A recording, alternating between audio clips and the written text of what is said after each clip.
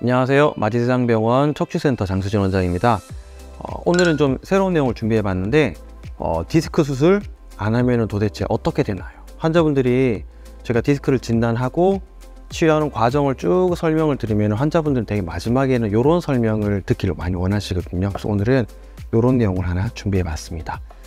디스크가 그대로 방치가 됐을 때 어떻게 되는지를 알려면은 디스크가 왜 생기느냐부터 제대로 아셔야 됩니다. 제일 많이 예상하시는 거는 외상, 크게 다치거나 어떤 크게 충격이 오거나 했을 때 디스크가 생길 것이야, 빵 터지는 느낌으로 디스크를 많이 이해를 하고 계시기 때문에. 그러나 실제로 환자를 보는 영역에서 보면은 의외로 환자분들이 충격이라든지 어떤 외상, 강한 어떤 힘에 의해서 터지는 분들은 생각보다 거의 없으시고, 의외로 작은 충격들, 예를 들면 화분을 들다가 뚝 하고는 그때부터 다리가 너무 아파요 라든지, 자다가 일어났더니 지옥이 펼쳐져 있어요. 모든 분들이 이렇게 큰 충격을 경험하지는 않으시는데 외상도 분명히 영향을 미치는 것은 사실입니다. 하지만 그 이전에 작은 충격에서도 디스크가 발생할 수 있다는 것은 그 위치가 이미 약해져 있거나 터진다거나 어떤 변화가 있을 수 있는 조짐을 미리 가지고 있는 부분이 어떤 작은 충격에도 변화가 올 것이야 라는 거를 예상을 하셔야 되는데, 그거를 설명하려면은 제일 먼저 퇴행성 변화라고 해서, 어쨌든 우리 몸은 달아간다는 그런 개념입니다. 제일 먼저 설명드리는 것은 노화인데, 저희들이 이제 하루하루 밥만 먹고 살아도 늙어가요. 이때 말하는 이런 노화의 과정에서 디스크라든지 그 주위 조직들이 점점점 약해지고, 그 부분이 결국에는 우리 흔히 말하는 디스크 파열, 디스크 탈출, 이런 진단명을 만들 수 있다는 개념은 아셔야 되고, 두 번째로는 영양 부분인데, 사람은 살아가면서 일상생활 또는 마땅히 해야 되는 일을 하는 과정에서 보면은 디스크들이 손상을 조금 입었다가 회복됐다, 이걸 계속 반복하시게 돼요. 회복하는데 제일 중요한 것은 영양이라고 해서 재료들을 충분히 넣어주고 그 재료들을 통해서 빨리 원상 복구되는 게 중요한데, 영양 부분이 참 재밌는 게 그 다음에 있는 유전 부분이랑도 상당히 연관이 되어 있거든요. 자, 영양 부분은 보통 관심 있는 분들이 내 몸이 필요로 하는 거는 줄 생각을 안 하고 자기가 생각이 옳다는 것만 계속 몸에다가 공급을 하는 거죠.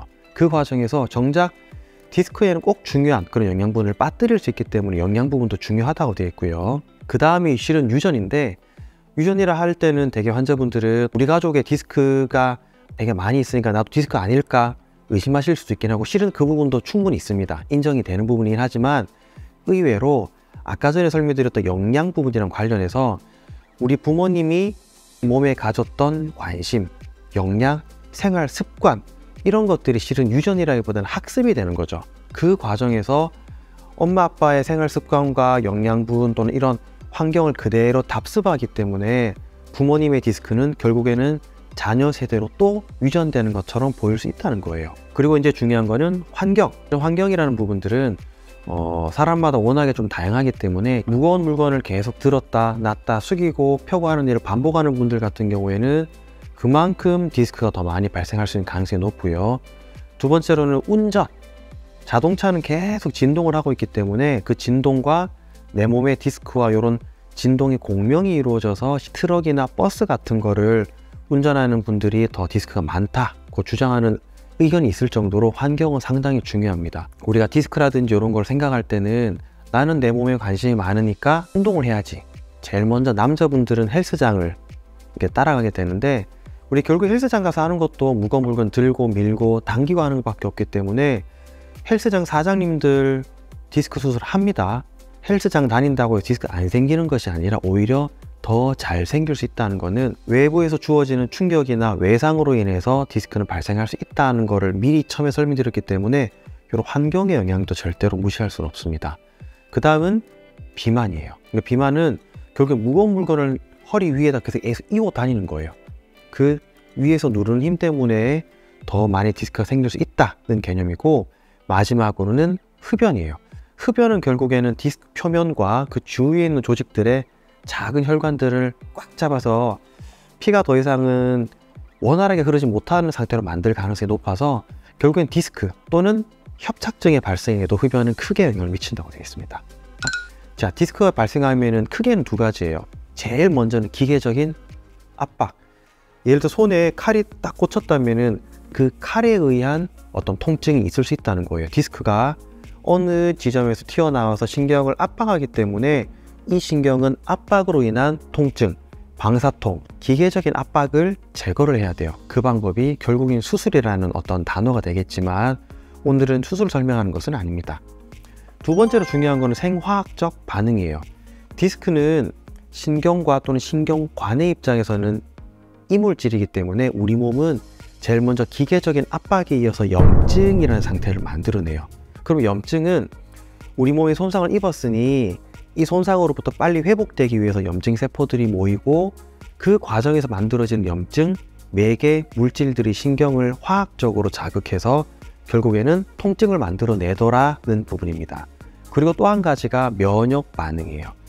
우리 신경과 외부 공간의 입장에서는 디스크는 다시 이물질이기 때문에 면역 반응을 통해서 제거하려고 노력을 하기 시작해요. 물론 그 과정에서 염증이 유발될 수 있는 것은 피할 수는 없지만 기계적인 자극 그리고 생화학적인 자극 때문에 방사통 또는 통증은 발생한다는 거죠.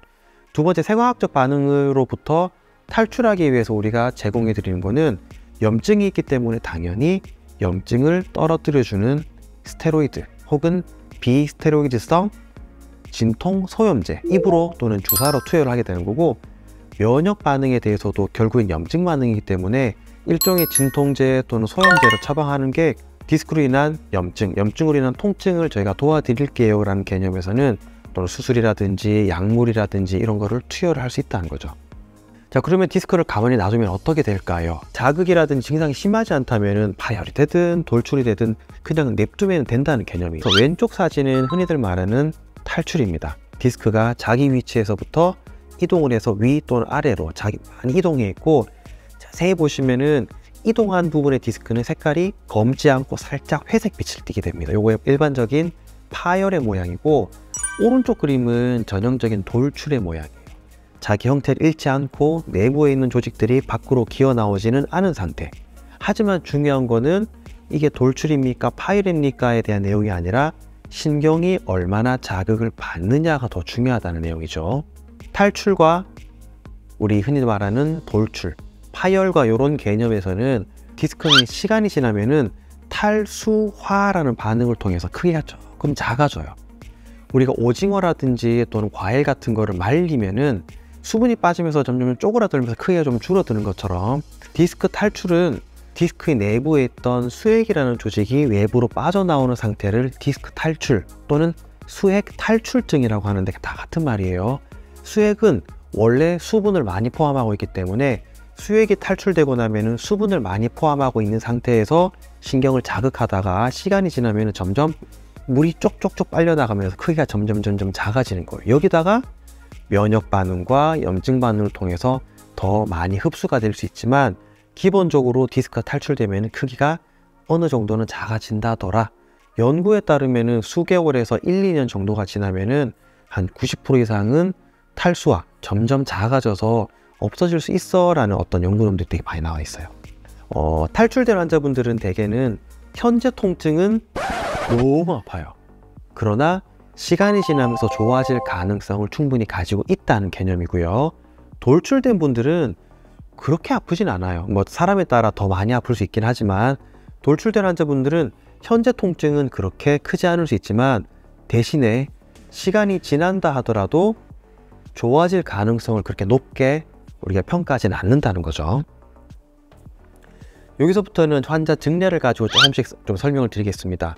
이 환자분은 실은 7개월 만에 디스크가 모두 흡수돼 버린 사본입니다. 가장 왼쪽 사진을 보시면 디스크가 탈출해서 약간 위로 이동해 있는 사진이고요. 그 옆에 사진은 한 7개월 정도 지나고 난 다음에 MRI를 새로 찍어 본 거예요.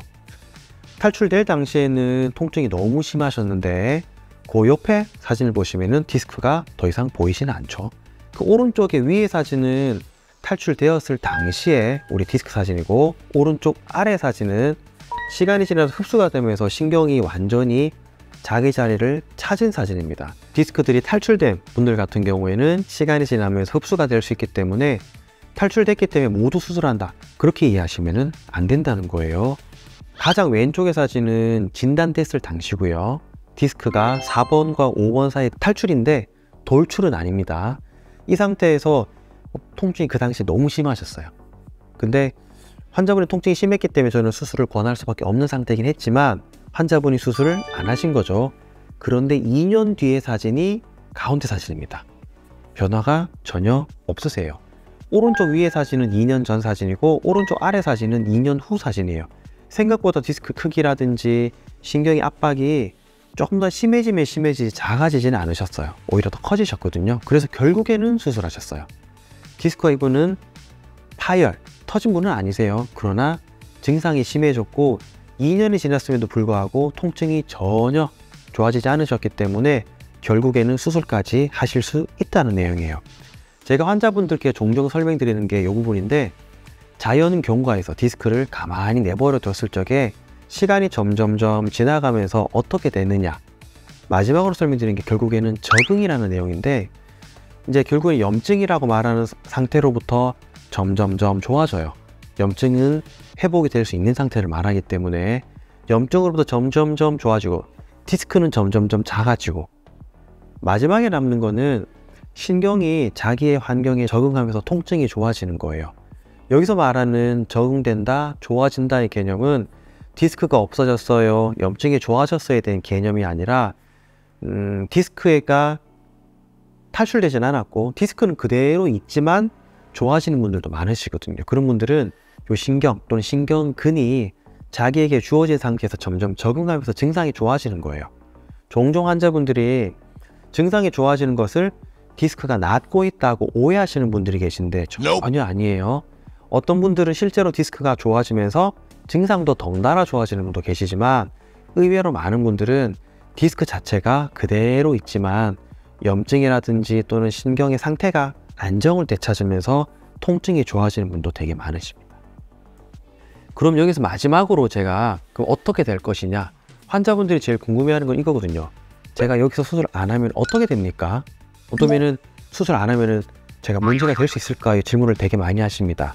자, 많은 연구에 따르면은 수술과 비수술을 나누었을 적에 수술을 하든 하지 않든 2년 정도가 지나면은 결과는 비슷하다더라. 통증이 진짜 극심한 똑같은 디스크 환자라도 디스크를 제거한 분들은 빨리 좋아지고 그게 유지가 될 것이다. 그리고 수술하지 않은 분들은 빨리 좋아지진 않지만 점점점 호전되면서 2년이 경과하면은 비슷해지더라. 수술을 하고 말고는 결국에는 환자분 본인의 결정이세요. 진짜 많이 아픈데 수술 안 해도 돼요. 시간이 지나면 좋아질 가능성이 높은 병인 건 맞거든요. 그런데 조건이 있어요. 환자분이 통증이 극심해서 일상생활이 무너질 것 같으면 수술하시는 게 낫다는 거예요. 두 번째로는 현재 상태의 마비, 점점 심해지는 감각 이상 이런 것들이 본인이 느껴진다면 그런 경우에는 수술하는 게 좋습니다. 여기서부터는 디스크 증례, 실제 있었던 환자분들을 조금씩 보여드릴 텐데 이 환자분은 디스크가 파열된 것은 아니세요. 돌출된 분이세요. 그런데 이분도 어느 정도 이상 심한 어떤 디스크가 계속 유지가 되더니 한 7개월쯤 지나더니 결국은 수술하셨어요. 업무 자체가 일상이 안 된다고 하셨거든요. 이 환자분은 4번 5번에서 터져서 아래쪽으로 흘러나가서 오른쪽 신경을 완전 누르고 있어요. 그런데 안 아프대요. 수술 안 했습니다. 이 환자분은 아까 전에 보여드렸던 분인데 결국에는 돌출이 심하고 다리에 마비가 점점점 진행하셨어요. 그래서 수술을 하신 분입니다. 이분도 탈출된 것은 아니죠. 5번이랑 6번 사이 디스크가 파열돼서 신경을 너무 강하게 누르는 바람에 항문 조임근, 우리 흔히들 말하는 변을 막아주는 요 조임근이 힘이 풀리신 상태였어요. 그래서 결국에는 마비가 진행된 것 이상 문제죠. 다리 힘이 빠집니다가 아니라 우리가 위생상 가장 중요한 어떤 배변 기능에 문제가 되기 때문에 어쩔 수 없이 수술을 하실 수밖에 없었던 분이고 죄송하지만 이분은 아직은 마비가 완전히 돌아온 것은 아닙니다. 이 환자분이 마지막 케이스인데 가장 좀 힘들었던 부분이시긴 하세요. 이분은 병원 오실 적에 이미 항문을 조우는 힘이 떨어지셨고요. 소변이 내가 원하는 때 잘 나오지 않는다.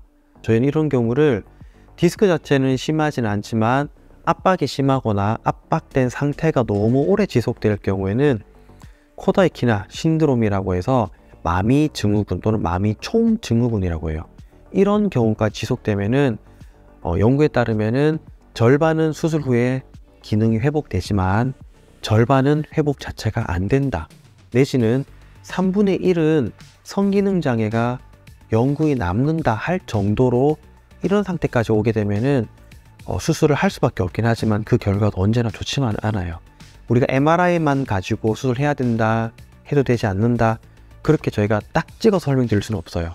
제일 중요한 거는 환자의 증상이고 그리고 의사의 결국엔 경험이에요. 이런 환자를 많이 만나고 마비가 오고 그렇지 않은 환자들을 계속 만나는 의사들은 가능하면 수술이라든지 이런 거를 설명을 드리면서 환자한테 제일 좋은 걸 설명드릴 수 있지만, 이런 걸 경험하지 못하는 의사들 같은 경우에는 결국에는 에이 안 해도 돼요 라고 설명밖에 드릴 수 없거든요. 결국에는 환자분들이 가지고 죽을 때까지 가지고 가야 되는 부작용일 수 있으니까 너무 쉽게 수술에 대한 거부감을 가지실 것도 아니고 또 너무 긍정적인 것만 가지는 것도 좋지는 않습니다. 자, 오늘 준비한 내용은 여기까지고 병원 유튜브 그리고 제 개인적인 블로그까지 있어서 한번 참조하시면 도움 많이 될 것 같습니다. 이상 장수진이었습니다.